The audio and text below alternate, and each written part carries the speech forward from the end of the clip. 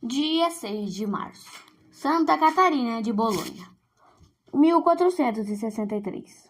Natural de Bolonha, filha de pais notáveis pela posição social, Catarina recebeu uma educação aprimorada. Na idade de 11 anos, quis a vontade do pai que passasse para a corte do príncipe de Ferrara, onde havia de ser a companheira da jovem princesa Margarida de Este. Catarina permaneceu 2 anos em Ferrara e, pela morte do pai, entrou numa congregação religiosa da regra de Santo Agostinho. Quando, porém, foi fundada a Ordem das Clarissas, foi nomeada abadesa do convento em Bolonha. O único desejo que nutria era agradar a Deus numa vida santa e perfeita. Por uma graça especial, Deus livrou-a de um grande incômodo espiritual, dando-lhe a certeza do perdão dos pecados. Para que essa revelação não lhe fosse prejudicial, mostrou-lhe numa visão o juízo final, com todas as circunstâncias com que a fé nolo apresenta.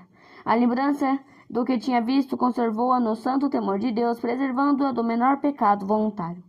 Iríamos longe se quiséssemos fazer uma descrição detalhada da vida admirável da santa, das virtudes como dos privilégios extraordinários com que Deus a distinguiu. Tenham aqui lugar alguns fatos de destaque que a biografia relata e que, ao mesmo tempo, nos dão uma ideia do modo por que Deus se comunicava esta alma privilegiada. Na noite de Natal de 1456, quando Catarina ainda se achava em Ferrara, pediu à superiora licença para passar a noite toda no coro. Catarina permaneceu em oração até às 4 horas da manhã, quando, não no sono ou em visão, mas realmente lhe apareceu a Divina Mãe com o menino Jesus, envolto em paninhos, como qualquer outra criancinha. Maria entregou o menino a Catarina, que o recebeu com suma alegria, aceitando-o contra o coração e cobrindo-o de beijos. Eis outro fato muito singular, que se deu com uma noviça em Bolonha. Trabalhando na horta, foi infeliz e, descautelosa no manejo da pá, decepou um dedo do pé. Catarina, sendo chamada, tomou na mão esquerda a parte cortada, aplicou ao pé mutilado, fez o sinal da cruz sobre o mesmo, e qual não foi a admiração de todos os circunstantes quando viram que o pé estava completamente curado. A vida da santa está cheia de prodígios dessa natureza.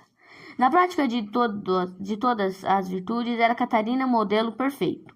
No amor de Deus, parecia mais um serafim que criatura humana.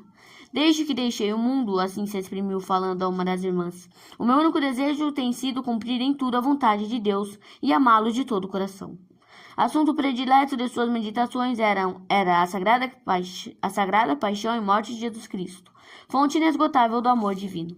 Horas inteiras permanecia imóvel aos pés do altar do Santíssimo Sacramento, engolfando o espírito no mistério da sagrada paixão. Desde pequena teve uma devoção terna a Maria Santíssima, protetora de sua inocência e pureza. A essa divina mãe e a sua assistência poderosa atribuía a Catarina não ter sucumbido nas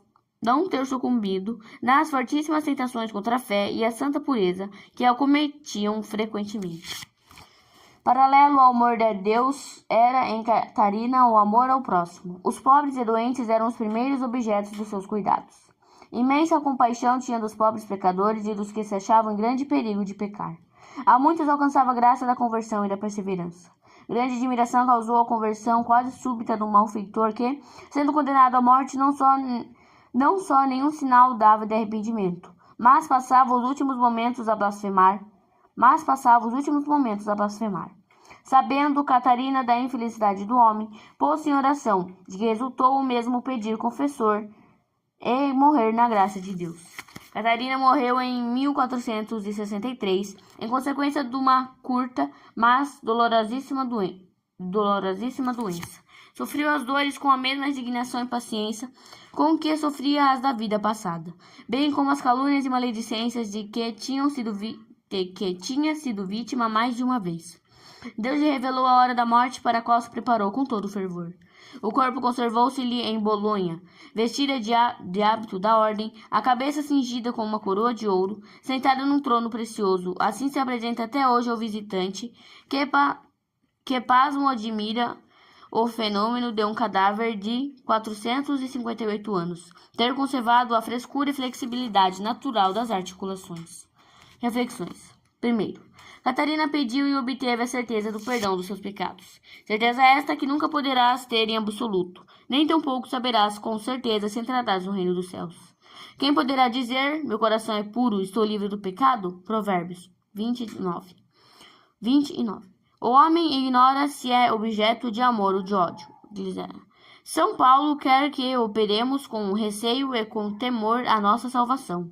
Embora essas considerações nada tenham de animador, motivo não temos de entregar-nos ao desânimo. Muito pelo contrário, tudo devemos fazer para nos salvar. Assim é certo que a confissão contrita dos pecados nos garante o perdão dos mesmos. É certo que a obediência à lei de Deus, a paciência e conformidade com que levamos a nossa cruz, nos conservam na amizade de Deus. É certo que Deus prometeu o perdão àqueles que fazem penitência e observam os mandamentos. O homem que faz o que Deus mandou, verá que Deus fará o que prometeu. O homem que vive como Deus quer, motivo não tem para desesperar da salvação.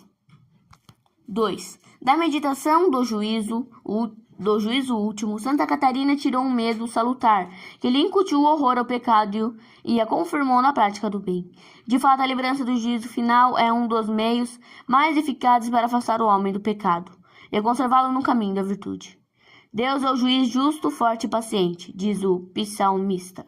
Perante Deus não há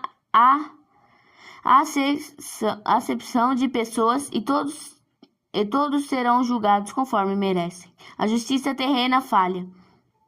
A divina é perfeita, imparcial e onipotente. Se nos lembrássemos sempre do dia que nos levará à presença de Deus, para recebermos a última e justíssima sentença, da qual dependerá a nossa sorte na eternidade, maior seria o nosso cuidado em evitar o pecado, que é a ofensa a quem será nosso juiz.